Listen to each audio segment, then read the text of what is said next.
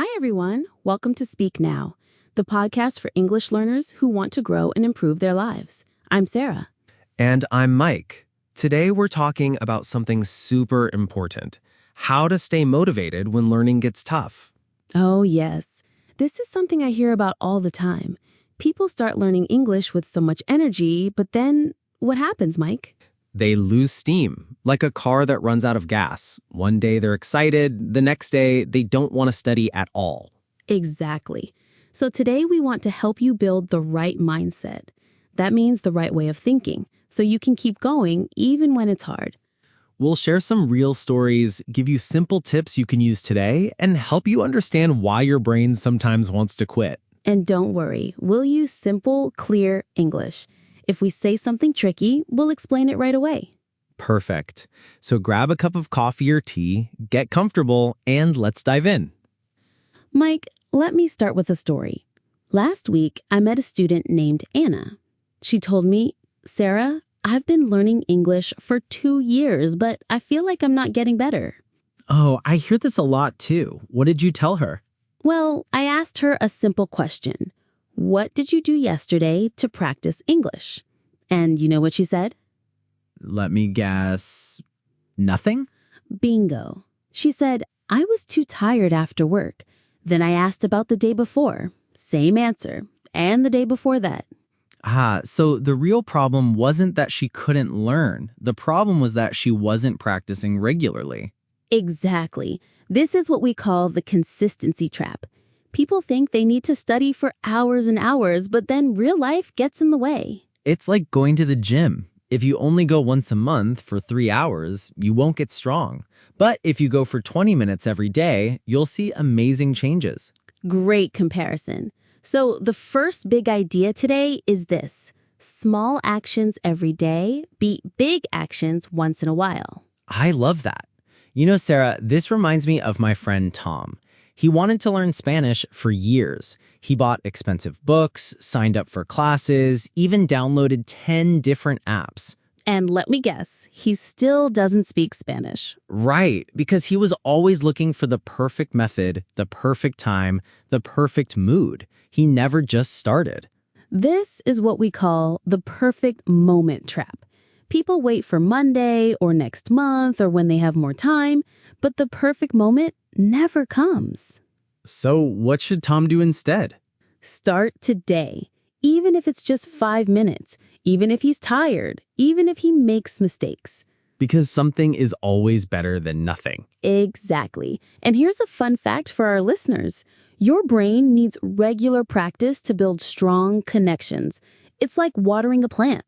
A little water every day keeps it alive. Too much water once a week kills it. That's such a good way to think about it. So consistency isn't just nice to have. It's actually how learning works. Now, Mike, let's talk about motivation. What do you think motivation really means? Good question. I think motivation is like the engine that starts your car. It gets you moving. I like that. But here's the thing. Many people think motivation should always be there, like electricity in your house, always on, always available. But that's not how it works, right? Not at all. Motivation comes and goes like weather. Some days it's sunny, some days it's cloudy. So what do we do on the cloudy days? Great question. This is where discipline comes in. Discipline is like having an umbrella. When motivation rains on you, discipline keeps you dry. Can you give us an example? Sure. Let's say you want to practice speaking English every morning. On Monday, you feel excited. That's motivation. On Tuesday, you feel tired, but you do it anyway. That's discipline. So we need both. Exactly. Motivation gets you started, but discipline keeps you going. You know what's funny, Sarah? I used to think successful people were just naturally motivated all the time. Oh, that's a common mistake. Successful people have bad days too. They just don't let bad days stop them completely. It's like they have a different relationship with difficult feelings. Perfect way to put it. When they feel lazy or frustrated, they don't fight the feeling. They just say, okay, I feel lazy today, but I'll still do my 5 minutes of practice. That sounds much more realistic than trying to be happy and motivated every day. Right. And here's another important thing. Your feelings don't have to match your actions. What do you mean? Well, you can feel unmotivated and still practice English. You can feel frustrated and still open your textbook. Your feelings are valid, but they don't have to control your behavior. That's really powerful. So it's not about feeling perfect, it's about doing the right thing even when you don't feel perfect. Mike, let's talk about something that stops many learners, the fear of making mistakes. Oh yes, I remember when I was learning French. I was so scared to speak because I thought people would laugh at me. And did they laugh? You know what? A few people did seem impatient, but most people were actually very kind and helpful. That's so normal. But here's what's interesting. What we imagine is usually worse than reality. It's like being afraid of monsters under the bed when you're a child. The monster in your head is scarier than anything real. Exactly. And making mistakes is actually a sign that you're learning. Let me tell you about my student Carlos. What happened with Carlos? He was so worried about perfect grammar that he would write one sentence, then delete it, then write it again, then delete it again. Oh no, he was stuck. Completely stuck. So I gave him a challenge. I said, Carlos, I want you to write for 10 minutes without stopping. Don't worry about mistakes, just write. And what happened? At first, he was very uncomfortable, but after a few days, something amazing happened. His writing became more natural and flowing. Because he stopped focusing on being perfect and started focusing on communicating. Exactly. And you know what? His grammar actually improved too because he was practicing more. So perfectionism actually makes us worse, not better. Right. It's like trying to learn to ride a bicycle by reading about bicycles. You have to get on the bike and fall a few times. I love that comparison. The falls aren't failures, they're part of the process. And here's a mindset shift that really helps. Instead of asking, am I making mistakes? Ask, am I learning from my mistakes? That completely changes how you feel about errors. Absolutely. Mistakes become information, not judgment. Sarah, let's talk about bad days. Everyone has them. What should people do when they really don't want to study? Great topic. First, I want to normalize bad days. They're completely normal and human. Right. If you never had bad days, you'd be a robot, not a person. Exactly. So step 1 is don't judge yourself for having a bad day. What's step 2? Make it smaller. If your normal practice is 30 minutes, make it 10 minutes. If it's usually 10 minutes, make it 3 minutes. So you're not giving up completely, you're just adjusting. Right, because the goal isn't to be perfect. The goal is to keep the habit alive. It's like keeping a fire burning. On windy days, you don't pour a bucket of water on it, you just protect it with smaller wood. Beautiful analogy, Mike. And here's something important. Sometimes the days when you don't feel like practicing are the most important days to practice. Why's that? Because that's when you're building your discipline muscle. Anyone can practice when they feel motivated, but practicing when you don't want to, that's when you become unstoppable. So bad days are actually opportunities to become stronger. Exactly. They're like weight training for your willpower. And what if someone has a really, really bad day and they skip practice completely? Then they start again the next day. No drama, no guilt. No, I'm terrible at this. Just start again. It's not about being perfect, it's about coming back. Perfect way to put it. One bad day doesn't destroy months of good work. Unless you let it turn into 1 week, then 1 month, then you quit completely. Right. So the key is fail fast, recover fast. Sarah, I want to share a technique that really works for building consistency. It's called habit stacking. Habit stacking? That sounds technical. It's actually very simple. You attach a new habit to something you already do every day. Can you give an example? Sure. Let's say you drink coffee every morning. You can stack English practice onto that habit. So like, after I pour my coffee, I will read 1 English news article. Exactly. Because you already drink coffee automatically, it's easy to add the English practice. That's clever. You're using an existing habit as an anchor for a new habit. Right. And it works for any routine. Like after I brush my teeth, I will practice 5 English sentences. Before I check social media, I will review 10 vocabulary words. I like this because you don't need to remember a completely new routine. You just add to what you already do. And here's another tip. Start ridiculously small. What do you mean? Instead of, I will study English for 1 hour after coffee, try, I will read 1 English sentence after coffee. 1 sentence? That seems almost too small. That's the point. It's so small that you can't say no. And once you start, you often do more than planned. Ah, so it's about lowering the barrier to starting. Exactly. The hardest part is always starting. Once you start, momentum carries you forward. It's like pushing a heavy door. The first push is the hardest, but once it starts moving, it gets easier. Perfect example, Mike.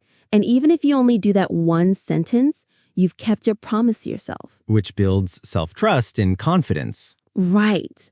Every time you do what you said you would do, even something tiny, you prove to yourself that you're reliable.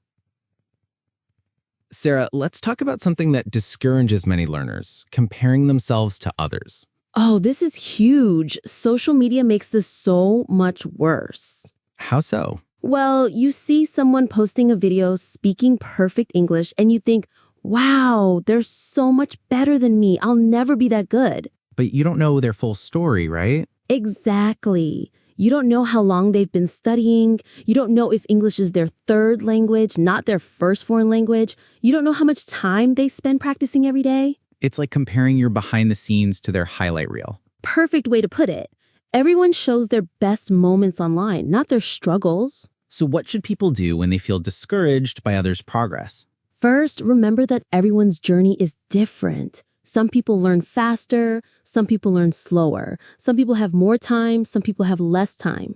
And that doesn't make you better or worse as a person. Absolutely. Your worth isn't determined by how fast you learn English. What else can help with comparison? Focus on your own progress. Compare yourself today to yourself 3 months ago, not to someone else today. That's much more fair and encouraging. Right. And here's a fun exercise. Keep a wins journal. A wins journal? Every day, write down 1 thing you did well in English. Maybe you understood a sentence in a movie. Maybe you had a short conversation. Maybe you learned a new word. So you're training your brain to notice progress instead of problems. Exactly. What you focus on grows. If you focus on what you can't do yet, you'll feel discouraged. If you focus on what you're improving, you'll feel motivated. And on bad days, you can read your wins journal to remember how much you've actually learned. Perfect. It's like having a collection of evidence that you are making progress. Sarah, Mike, I want to talk about something really important, the power of your inner voice. You mean the voice in your head that talks to you all day? Exactly. That voice has a huge impact on your motivation and consistency. How so? Well, imagine 2 students. The first student thinks, I'm so bad at English, I'll never get better. This is too hard for me. That sounds pretty discouraging. Right. Now imagine the second student thinks, I'm learning English. It's challenging, but I'm getting better every day. I can handle this. Same situation, completely different inner experience. Exactly. And guess which student is more likely to keep practicing? Definitely the second one. But how do you change that inner voice? Great question. First, notice what you're saying to yourself. Many people aren't even aware of their negative self-talk. So step 1 is awareness. Right. For one day, just pay attention. When you make a mistake in English, what do you say to yourself? And step 2? Practice speaking to yourself like you would speak to a good friend. If your friend made a mistake in English, would you say, you're terrible at this? No, I'd say something like, hey, mistakes happen. You're learning. Keep going. Exactly. So why not say the same kind things to yourself? That makes so much sense. We are often our own worst critics. Right. And here's a simple technique. Replace I can't with I can't yet. Ugh, that little word yet changes everything. It does. I can't understand movies sounds permanent. I can't understand movies yet sounds temporary and hopeful. It implies that you will understand them in the future. Exactly. And your brain believes what you tell it repeatedly. Mike, let's give our listeners some very practical tips they can use starting today. Great idea, Mike. Let's make this super actionable. Tip number 1, the 2-minute rule. Tell us about that, Mike. If you want to build a habit, start with just 2 minutes a day. 2 minutes of English practice. That's it. Why 2 minutes? Because anyone can do 2 minutes. You can't make excuses like, I don't have time or I'm too tired. And once you do 2 minutes consistently, you can gradually increase. Right, but many people will naturally do more once they start. The hard part is just beginning. Tip number 2, use your phone as a learning tool, not just entertainment. How do we do that?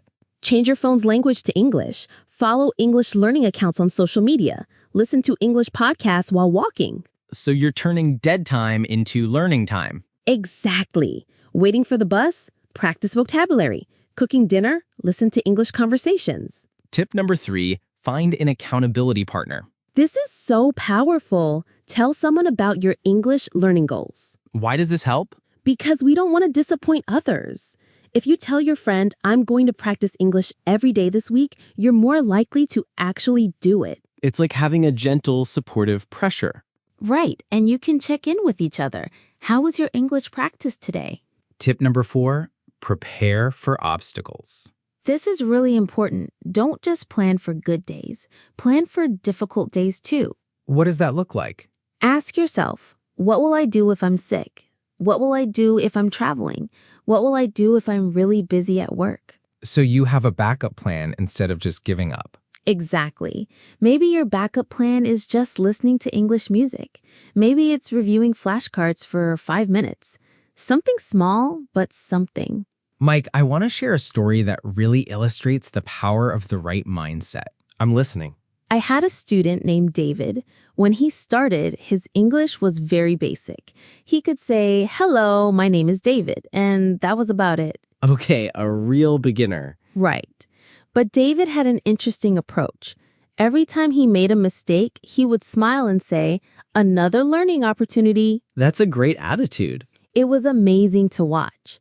Other students would get frustrated and embarrassed when they made mistakes, but David would get excited. Because he saw mistakes differently. Exactly. To him, mistakes meant he was pushing his limits and growing. What happened to David? In 6 months, he improved more than students who had been studying for years. Not because he was naturally gifted, but because he had the right mindset. He wasn't wasting energy on negative emotions. Right. All his energy went into learning and improving. And you know what's interesting? He started enjoying English more than anyone else in the class. Because he wasn't fighting the process, he was embracing it. Exactly. And this is available to everyone. You can choose to see challenges as problems or as opportunities. It's not what happens to you, it's how you respond to what happens to you. Perfect. And the beautiful thing is, you can start this new mindset right now, today, with your very next English practice session. Mike, as we start wrapping up, what's the most important message you want our listeners to remember? I want them to know that consistency beats intensity every single time. What do you mean by that? Studying English for 15 minutes every day is much more effective than studying for 5 hours once a week. Because learning is like building muscle. You need regular, repeated practice. Right. And small, consistent actions create big changes over time. It's like the story of the tortoise and the hare. Slow and steady wins the race. Exactly. And I want people to be patient with themselves. Learning a language is not a sprint. It's a marathon. What about you, Sarah? What's your most important message? I want people to know that they already have everything they need inside themselves. They don't need perfect conditions, expensive courses, or unlimited time. They just need to start and keep going. Yes, and trust the process. Even when you can't see progress, it's happening. Like a tree growing underground before you see it above the surface. Beautiful analogy. Your efforts are never wasted, even when you can't see immediate results. And remember, every expert was once a beginner. Every fluent speaker once struggled with the same things you're struggling with now. They're not special or different. They just didn't give up. So listeners, here's what we want you to do this week. Choose one small English habit. Just one. Maybe it's reading one paragraph in English every morning. Or listening to one English song with lyrics every day. Or writing 3 sentences about your day in English before bed. Whatever you choose, make it small enough that you can't fail. And do it for 7 days straight. Don't worry about being perfect. Just be consistent. Keep track of your progress. Put a check mark on a calendar every day you complete your habit. And notice how you feel.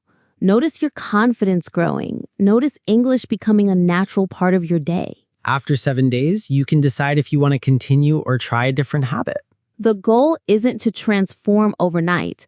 The goal is to prove to yourself that you can stick to a commitment. And that feeling of self-trust, that's the foundation of all future success. Before we finish, we want to thank you for listening to Speak Now. If this episode helped you, please share it with a friend who's learning English. And leave us a comment. Tell us about your biggest challenge in staying motivated, or share a success story. We read every comment and often get ideas for future episodes from your questions and experiences. Remember, you're not alone in this journey. There are millions of people around the world learning English, just like you. Some days will be easier, some days will be harder. That's normal and human. What matters is that you keep showing up for yourself day after day, step by step. Your future self is counting on the choices you make today. So make the choice to practice even when you don't feel like it. Make the choice to be kind to yourself when you make mistakes. Make the choice to focus on progress, not perfection. And make the choice to believe in yourself, even when it feels difficult. Because you can do this. We believe in you. Until next time, keep learning, keep growing, and keep speaking now. See you in the next episode. Take care.